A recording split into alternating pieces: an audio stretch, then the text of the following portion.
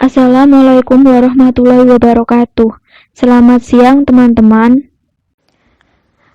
Perkenalkan, kami dari kelompok 1 yang beranggotakan Marsusinto NPM 015, Nurul Ainaini Lami NPM 019, Hanif Khairunisa Hibatullah NPM 046, Dian Fitri Francisca NPM 053, Delia Indah Puspita NPM 058, Ayu Oktaviani NPM 092, Anggi Widi Alhasmi Harto Putri NPM 093, dan Ayu Suci Arumsari NPM 095. Saat ini kami akan mempresentasikan mengenai teori belajar kognitif. Pada materi teori belajar kognitif, kita akan mempelajari yang pertama, konsep belajar menurut teori psikologi kognitif, yang kedua, teori perkembangan Piaget, yang ketiga, teori belajar kognitif Brunner, yang keempat, teori belajar kognitif Ausubel, yang kelima, teori belajar Gagne, dan yang keenam, teori belajar kognitif Gestalt. Yang pertama, konsep belajar menurut teori psikologi kognitif. Teori belajar kognitif lebih menekankan pada belajar merupakan suatu proses yang terjadi dalam akal pikiran manusia. Menurut Winkel, belajar adalah suatu aktivitas mental atau psikis yang berlangsung dalam interaksi aktif dengan lingkungan yang menghasilkan perubahan-perubahan dalam pengetahuan, pemahaman, keterampilan, dan nilai sikap. Perubahan itu bersifat secara relatif dan berbekas. Sedangkan menurut teori pemrosesan informasi, belajar adalah proses pengolahan informasi dalam otak manusia. Pengolahan oleh otak manusia dimulai dengan 3 tahap. Yang pertama, pengamatan atau penginderaan atas informasi yang berada dalam lingkungan manusia. Yang kedua, penyimpanan, baik dalam jangka pendek maupun jangka panjang. Dan yang ketiga, penyimpulan atau pengkodaan atau penyandian terhadap informasi-informasi yang tersimpan dan setelah membentuk pengertian, kemudian dikeluarkan kembali oleh pembelajar. Ketika suatu informasi dari lingkungan masuk, diterima oleh reseptor, diteruskan ke register penginderaan yang terdapat pada saraf pusat, kemudian diteruskan ke memori jangka pendek dan panjang. Imron berpendapat bahwa teori belajar kognitif merupakan gabungan dari pandangan psikologi behavioristik dan psikologi humanistik. Menurut Budi Ningsih, dalam model belajar kognitif, tingkah laku seseorang ditentukan oleh persepsi serta pemahamannya tentang situasi yang berhubungan dengan tujuan belajarnya, sehingga disebut dengan model perseptual. Konsep belajar menurut teori psikologi kognitif. Dalam praktek pembelajaran, pakar-pakar teori kognitif antara lain ada Jean Piaget, Jerome Bruner, Ausubel, Jung, dan lain-lain mengemukakan pendapat sebagai berikut. Yang pertama, belajar adalah perubahan persepsi dan pemahaman. Yang dimaksud perubahan persepsi dan pemahaman itu tidak selalu berbentuk perubahan tingkah laku yang bisa diamati. Yang kedua, teori kognitif berasumsi bahwa setiap orang telah mempunyai pengalaman dan pengetahuan dalam dirinya. Teori yang selanjutnya yaitu teori perkembangan Piaget. Menurut Piaget, setiap anak itu mengembangkan kemampuan berpikirnya menurut tahap yang teratur. Pada satu tahap perkembangan tertentu akan muncul skema atau struktur tertentu yang keberhasilannya pada setiap tahap amat bergantung pada tahap sebelumnya. Tahapan perkembangan kemampuan berpikir menurut Piaget itu ada 2. Yang pertama, proses belajar terjadi menurut pola tahap-tahap perkembangan tertentu sesuai dengan usia anak. Nah, pada proses ini itu dibagi menjadi 4 bagian. Yang pertama, tahap sensori motor, yaitu ketika anak baru lahir sampai kurang lebih dia berumur 2 tahun. Yang kedua, tahap praoperasional, yaitu ketika anak berusia kurang lebih umur 2 tahun hingga 7 tahun. Yang ketiga, tahap operasi konkret, yaitu ketika anak berumur kurang lebih 7 tahun hingga 11 tahun. Yang keempat, tahap operasi formal, yaitu ketika anak berumur kurang lebih 11 tahun hingga 15 tahun. Nah, tahapan perkembangan kemampuan berpikir menurut Piaget yang kedua yaitu proses belajar melalui tahap-tahap. Di sini ada 3 tahap. Yang pertama adalah asimilasi. Asimilasi adalah proses perubahan yang dipahami sesuai dengan struktur kognitif. Apabila individu menerima informasi atau pengalaman baru, maka informasi tersebut akan dimodifikasi sehingga cocok dengan struktur kognitif yang dipunyai. Tahap yang kedua yaitu akomodasi. Akomodasi adalah proses perubahan struktur kognitif sehingga dapat dipahami. Apabila struktur kognitif yang sudah dimiliki harus disesuaikan dengan informasi yang diterima. Dan yang ketiga adalah ekuilibrasi. Ekuilibrasi adalah proses menyeimbangkan atau menyesuaikan mental setelah terjadi proses asimilasi atau akomodasi. Ekuilibrasi dapat berlangsung secara baik maupun kurang, bergantung pada penataan informasi yang masuk, tertata dalam urutan yang teratur dan logis, ataupun kurang teratur, bahkan tidak teratur. Implikasi teori perkembangan Piaget. 1.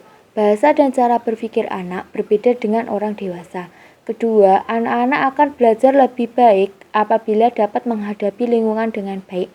Ketiga, bahan yang harus dipelajari anak hendaknya dirasakan baru tetapi tidak asing. Keempat, berikan peluang agar anak belajar sesuai tahap perkembangannya. Kelima, di dalam kelas, anak-anak hendaknya diberi peluang untuk saling berbicara dan diskusi dengan temannya. Menurut Piaget, pembelajaran terdiri dari 4 langkah, yaitu 1. Memilih topik yang dapat dipelajari oleh anak sendiri. Kedua, mengembangkan aktivitas kelas dengan topik tersebut. Ketiga, mengetahui adanya kesempatan bagi guru untuk mengemukakan pertanyaan yang menunjang proses pemecahan masalah. Keempat, menilai pertanyaan tiap kegiatan, memperhatikan keberhasilan, dan melakukan revisi. Pengaplikasian teori perkembangan Piaget dalam pembelajaran mengikuti pola berikut. 1. Menentukan tujuan-tujuan instruksional. Kedua, memilih materi pembelajaran. Ketiga, menentukan topik pembelajaran. Keempat, merancang kegiatan belajar yang cocok. Kelima, mempersiapkan berbagai pertanyaan. Keenam, mengevaluasi proses dan hasil belajar. Menurut Irawan, aplikasi praktisnya dari teori ini adalah sangat mementingkan keterlibatan keaktifan peserta didik secara aktif dalam proses pembelajaran. Teori belajar Brunner. Teori ini membebaskan pembelajar untuk belajar sendiri atau bersifat discovery dan menuntut pengulangan atau kurikulum spiral Brunner. Teori psikologi kognitif Brunner disebut teori belajar penemuan melalui tahapan-tahapan sebagai berikut. 1. Proses belajar diatur oleh cara mengatur materi yang diolah, bukan dari umur siswa. 2. Proses belajar ditentukan oleh secara siswa melihat lingkungan, yaitu dengan A. Enaktif, dengan melakukan aktivitas individu. B. Ikonik, dengan mengamati gambar atau tabel. C. Simbolik, dengan abstraksi pengamatan. Pola pengaplikasian teori Brunner. 1. Menentukan tujuan-tujuan instruksional. 2. Memilih materi pembelajaran. 3. Menentukan topik yang bisa dipelajari secara induktif. 4. Mencari contoh yang dapat digunakan untuk belajar. 5. Mengatur topik pelajaran. 6. Mengevaluasi proses dan hasil belajar. Teori belajar kognitif Ausubel, yaitu teori belajar yang dikemukakan oleh Ausubel disebut teori belajar konsep dan teori belajar bermakna. Konsep dapat diperoleh dengan 2 cara, yaitu 1. Asimilasi konsep, yaitu merupakan cara utama untuk memperoleh konsep selama dan sesudah sekolah. 2. Formasi konsep, merupakan bentuk perolehan konsep-konsep sebelum anak-anak masuk sekolah.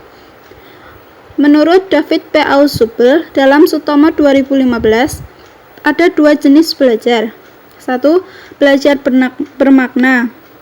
Belajar dikatakan bermakna bila informasi yang akan dipelajari peserta didik disusun sesuai dengan struktur kognitif yang dimiliki peserta didik. 2. Belajar menghafal. Bila struktur kognitif yang cocok dengan fenomena baru itu belum ada, maka informasi baru tersebut harus dipelajari secara menghafal.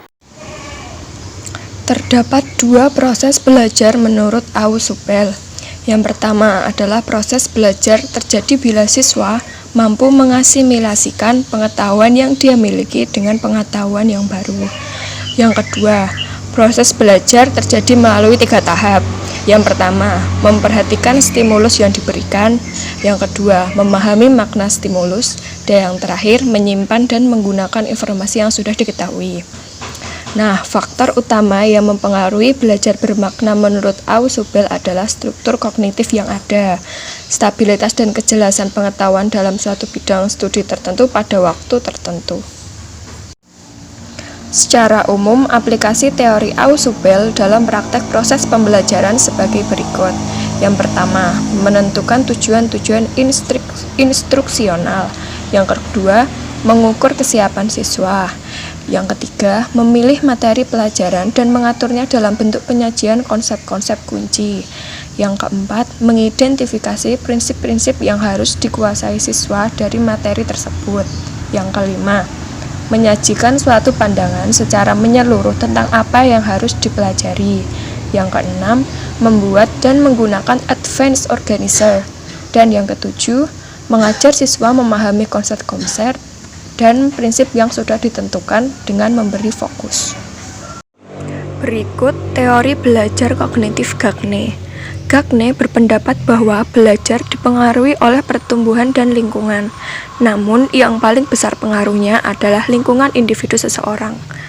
Lingkungan individu seseorang ini meliputi lingkungan rumah, geografi, sekolah, dan berbagai lingkungan sosial.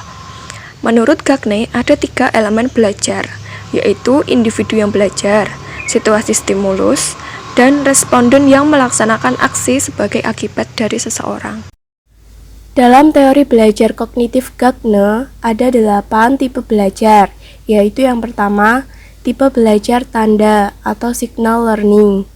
Yang kedua, tipe belajar rangsang reaksi atau stimulus response learning.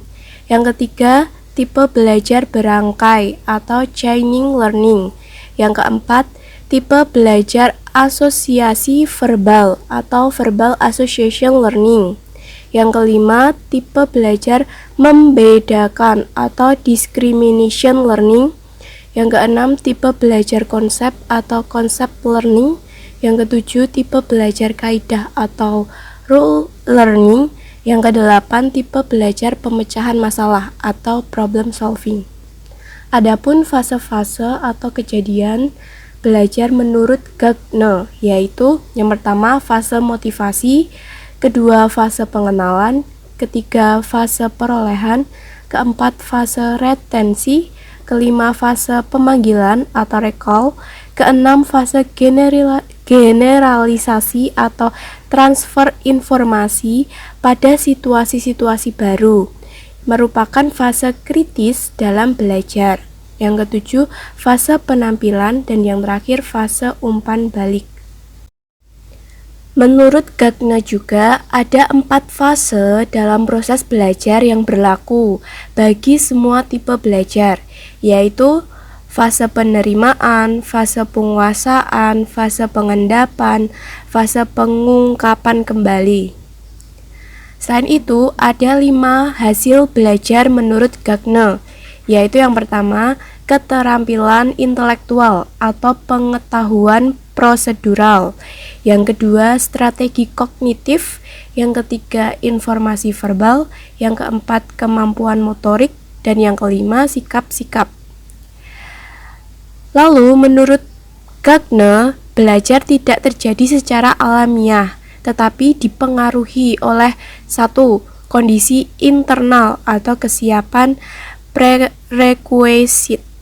Yang kedua, eksternal, yang merupakan situasi belajar dan penyajian stimuli yang sengaja diatur oleh guru dengan tujuan memperlancar proses belajar mengajar. Implikasi dari teori Gagne dalam pembelajaran ada 9. Yang pertama, mengontrol perhatian siswa.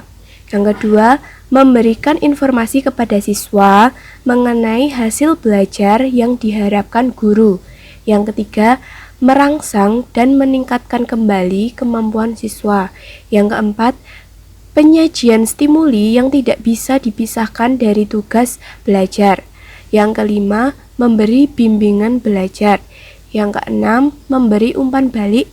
Yang ketujuh, memberi kesempatan bagi siswa untuk memeriksa hasil belajar yang telah dicapainya. Yang kedelapan, memberikan kesempatan untuk berlangsungnya transfer of learning. Yang terakhir, memberikan kesempatan untuk melakukan praktek dan menggunakan kemampuan yang harus diberikan. Suatu konsep yang penting dalam teori Gestalt adalah insight. Insight adalah pengamatan atau pemahaman mendadak terhadap suatu hubungan-hubungan antara bagian-bagian di dalam suatu situasi permasalahan. Teori Gestalt menyatakan bahwa yang paling penting dalam proses belajar individu adalah dimengertinya apa yang dipelajari oleh individu tersebut. Menurut psikologi Gestalt, wawasan atau yang lazim disebut insight dipandang sebagai inti belajar. Oleh karena itu, dalam belajar yang mestinya ditanamkan adalah pengertian siswa mengenai sesuatu yang harus dipelajari. Menurut Slameto, belajar yang terpenting bukan mengulangi hal-hal yang harus dipelajari, tetapi mengerti atau memperoleh insight. Sifat-sifat belajar insight adalah 1. Insight tergantung dari kemampuan dasar. Kedua, insight tergantung dari pengalaman masa lampau yang relevan. Ketiga, insight hanya timbul akibat situasi belajar diatur dengan sedemikian rupa sehingga segala aspek yang perlu dapat diamati. Keempat, insight adalah hal yang harus dicari, tidak dapat jatuh dari langit. Kelima, belajar dengan insight dapat diulang. Keenam, insight sekali dapat digunakan untuk menghadapi situasi-situasi yang baru. Adapun hukum-hukum belajar menurut psikologi Gestalt adalah sebagai berikut. Pertama, hukum penuh makna. Kedua, hukum kesamaan. Ketiga, hukum kedekatan. Keempat, hukum ketutupan. Yang kelima, hukum kontinuitas. Baik, sekian presentasi dari kelompok kami. Apabila terdapat kesalahan ataupun kekurangan, kami minta maaf. Akhir kata saya ucapkan wabillahi taufiq wal hidayah. Wassalamualaikum warahmatullahi wabarakatuh.